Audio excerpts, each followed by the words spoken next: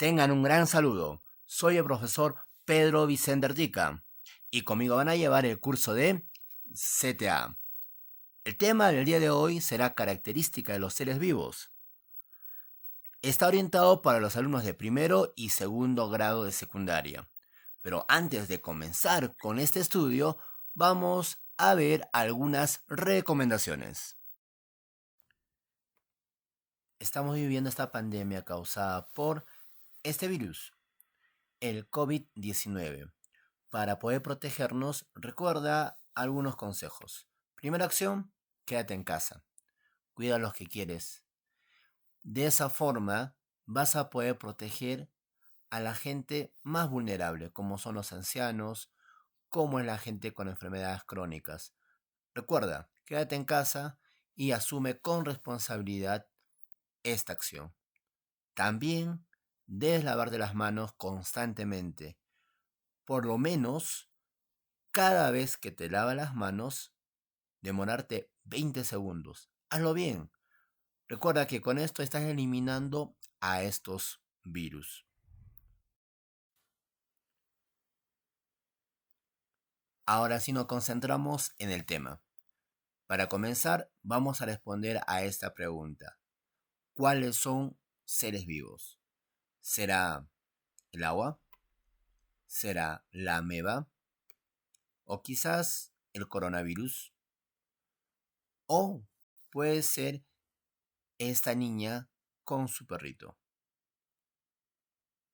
Pensamos un momento y analizamos cuál o cuáles serán seres vivos. Estoy seguro que ya identificaste por lo menos a un ser vivo, ¿cierto? Puede ser la niña, ahí también tenemos al perrito. Y la pregunta va acá, la ameba, el coronavirus, ¿serán seres vivos? ¿Y qué pasa con el agua? Ya sé que lo identificaste y sabes que no es un ser vivo. Eso lo sabemos por deducción. Pero ahora conoceremos en sí el motivo por qué decimos que algunos son seres vivos y otros no. Por eso es importante saber cuáles son las características de los seres vivos. Comenzamos con el crecimiento. El crecimiento en organismos unicelulares es el aumento de volumen celular, es decir, crecen o aumentan de tamaño. En organismos pluricelulares es el aumento del volumen celular y del número de células. Como observamos acá, esta plantita ha iniciado su proceso siendo una célula y poco a poco se ha ido dividiendo hasta lograr este crecimiento. Este ser es pluricelular. Por eso, en este ser podemos decir que ha habido aumento de volumen celular y aumento en el número de sus células. Continuamos con irritabilidad. Es la respuesta a un estímulo que puede ser interno o externo y por lo general dura un corto tiempo. Observamos acá un ejemplo. Tenemos un carpintero algo despistado que se golpea la mano con el martillo. Inmediatamente acá identificamos que el estímulo va a ser el golpe y la respuesta será sacar la mano. Esto se da en todo ser vivo, de una manera compleja o simple. Seguimos con la adaptación. Es la respuesta de un ser vivo frente a las adversidades del medio ambiente. ¿Cómo cambiamos? ¿Cómo nos modificamos para afrontar a nuestro medio ambiente? Así como lo hace este insecto hoja, que ha cambiado su forma para poder camuflarse. También tenemos acá la iguana, que puede cambiar de color según el medio donde esté. Y así muchos seres cambian, se adaptan para poder sobrevivir. Continuamos con la evolución. Es el proceso continuo de transformación de las especies a través de cambios producidos en sucesivas generaciones, después de miles o millones de años, como nos pasó.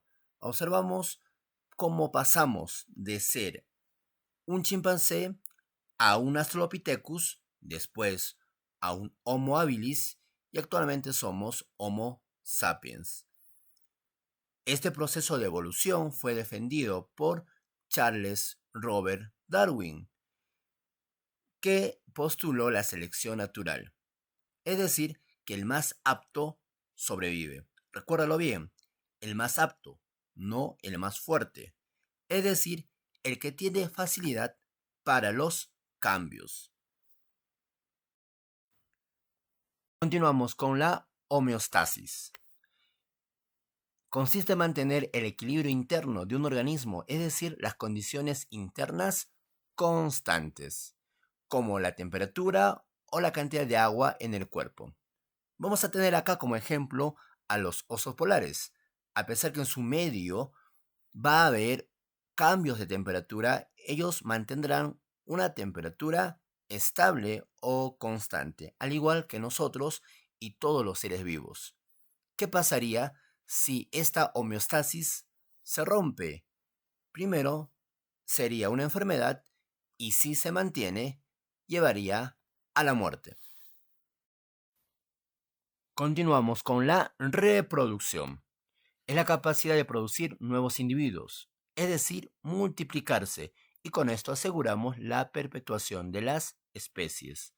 La reproducción se divide en dos, asexual y sexual. La primera tiene como características que su descendencia son clones, es decir, el padre y los hijos son exactamente iguales y sin gametos, es decir, no hay espermatozoide ni hay óvulos. Esta asexual se clasifica de la siguiente manera. Encontramos primero la bipartición. Las bacterias, en su gran mayoría, se van a dividir de forma muy sencilla y tendremos después dos bacterias iguales. Continuamos con la gemación. Como en el caso de las hidras, que son seres pluricelulares, y las levaduras, que son unicelulares. En esta última se puede observar en el gráfico cómo sale una protuberancia o un chinchón y poco a poco se va a desprender, dando origen a un nuevo individuo. Y por último, la esporulación.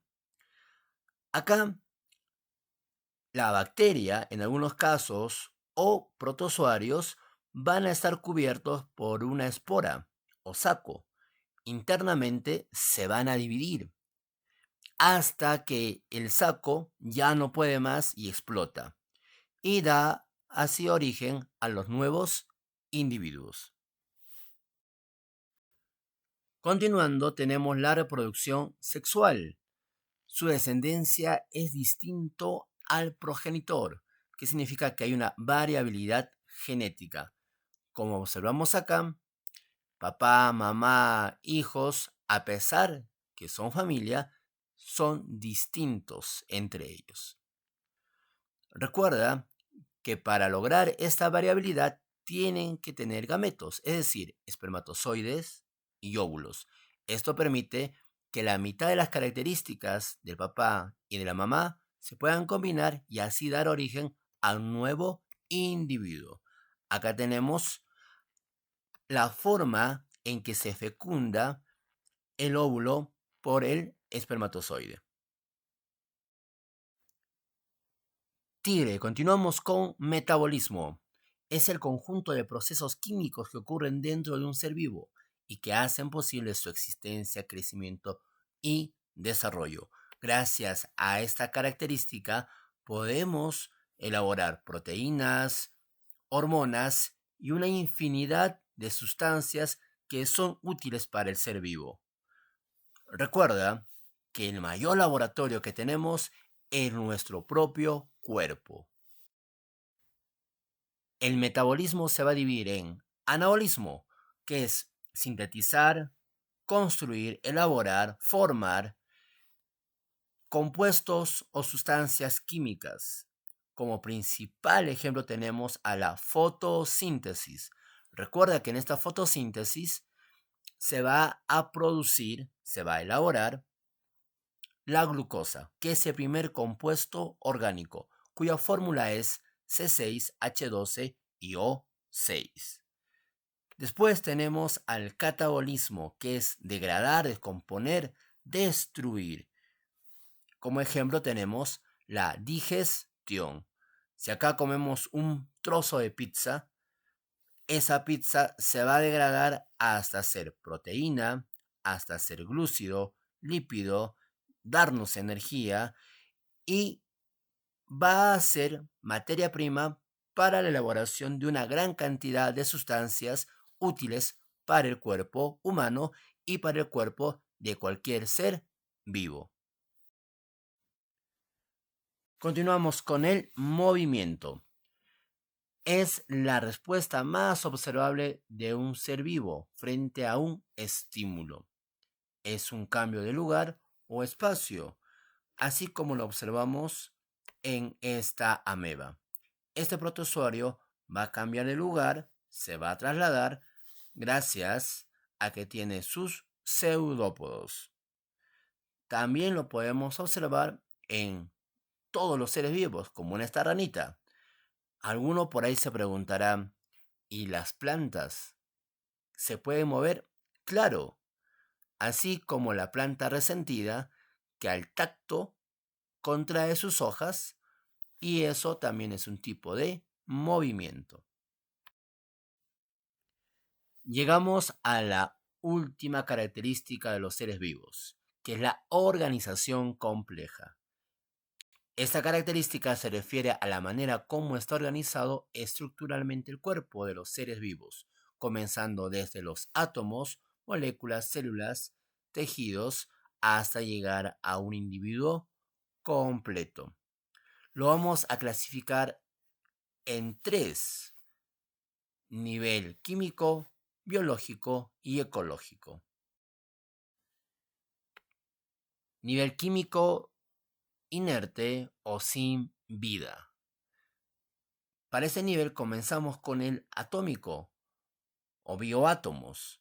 Tenemos acá el carbono, hidrógeno, oxígeno y nitrógeno, por mencionar algunos nada más. Recuerda que todo amante de la ciencia debe saber que la unión de estos cuatro elementos forma al chon, y el chon es constituyente de todo ser vivo. La unión de estos átomos da origen al nivel molecular o biomoléculas, como el agua, dióxido de carbono. También podemos tener la glucosa, azúcares en diferentes representaciones. La unión de moléculas nos dará el nivel macromolecular, como son los ribosomas. Observamos acá a un ribosoma. Recuerda que esta estructura está dentro de una célula y va a formar a proteínas gracias a la codificación que se hace dentro con ayuda del ARN, que será ácido ribonucleico. La unión de macromoléculas me da el nivel supramolecular, como es el virus. Justamente tenemos acá al coronavirus, que es conocido por todos nosotros, y teniendo en cuenta que está dentro del nivel químico, podremos decir que no es en sí un ser vivo, porque todos los que están dentro del nivel químico son inertes. ¿Ok? Entonces, desde ahora en adelante, tendremos que reconocer al virus como un ser inerte, pero que sí puede causar infecciones a los seres vivos. El siguiente nivel es el biológico o también nivel con vida. Para comenzar, acá vamos a tener a la unidad fundamental de todo ser vivo, que es la célula. Como ejemplo tenemos a la neurona. Recuerda que de acá en adelante todo lo que mencionemos sí serán seres vivos. La unión de células nos dará lugar al nivel tisular. Como ejemplo tenemos al tejido nervioso, que es la unión de varias células. Continuando con el nivel biológico tenemos al orgánico, como es el cerebro. Todos los órganos van a estar elaborados por una gran cantidad de tejidos. Y si ahora combinamos varios órganos, daremos origen al siguiente nivel, que es el sistémico, sistema nervioso, por ejemplo. Como observamos acá, tenemos el cerebro, al puente de Barolio, cerebelo, bulbo raquídeo, médula espinal. Pero podemos tener otros sistemas, claro, el cardiovascular, tendremos el sistema digestivo y acá también tenemos el sistema inmunológico. Actualmente debemos conocer este sistema porque nos ayuda y nos protege contra esta pandemia que está azotando hoy en día a todo el mundo. Continuando con el nivel biológico, llegamos al individuo. En este caso puede ser el hombre o puede ser cualquier ser que tiene autonomía. ¿Qué significa esto? Que por sí solo puede vivir. Ejemplo, una planta. Ejemplo, una ameba. ¿Te recuerdas que al inicio vimos cuáles eran seres vivos y cuáles no? Y encontrábamos a la ameba. Ese ser vivo va a tener autonomía. Por lo tanto, también es considerado como individuo. Recuerda la diferencia entre una célula como la neurona y una célula pero que tiene ya el nivel de ser individuo como la ameba es que puede vivir por sí sola. Llegamos al nivel ecológico, que es la interrelación entre varios seres vivos. Comenzamos con la población. Tenemos acá el conjunto de seres vivos, como puede ser una jauría. En este caso encontramos a una colonia. Este grupo de pingüinos, dos pingüinitos, van a formar una población. Ahora, loquillo, recuerda, la comunidad es la unión de poblaciones. Como observamos acá, tenemos a los pingüinos y a los monos. Juntamos estas poblaciones, llegamos a una comunidad. Dentro del nivel ecológico encontramos a los ecosistemas. Recuerda que un ecosistema es la unión de factores bióticos, factores con vida, como eran las comunidades, más los factores abióticos, como puede ser el suelo, la tierra, el agua. Si juntamos estos, vamos a obtener a un ecosistema. Como observamos acá, Madagascar en sí va a ser un ecosistema. Tenemos la unión de los factores bióticos y abióticos. Y esto se puede encontrar desde algo pequeñísimo como es un macetero. Ahí encontramos ecosistemas porque encontraremos a la planta como factor biótico y como factores abióticos al suelo, a la tierra, al agua. Allá, entonces, ¿puede estar en un macetero? Sí, pero también puede estar en extensiones geográficas mucho más grandes. Continuamos con el nivel ecológico. Llegamos al bioma, que es la unión de ecosistemas. Encontraremos a la tundra, a la selva, a los desiertos, entre otros. Vamos a dedicarnos un poco más a la tundra. Recuerda que son lugares muy fríos, como puede ser la tundra polar, que están en el polo sur y polo norte, y la tundra alpina o la tundra de los Andes, que en nuestro país lo encontramos en la Cordillera Blanca. Por ejemplo, el Huascarán. Y para terminar, vamos a ver a la biosfera, que está constituido por todos los ecosistemas de la Tierra. Y con esto dando fin a las características de los seres vivos. Recuerda, estas características me sirven para identificar y saber si lo que tenemos es un ser vivo o no. Hasta la próxima y un gran abrazo a todos ustedes. Cuídense.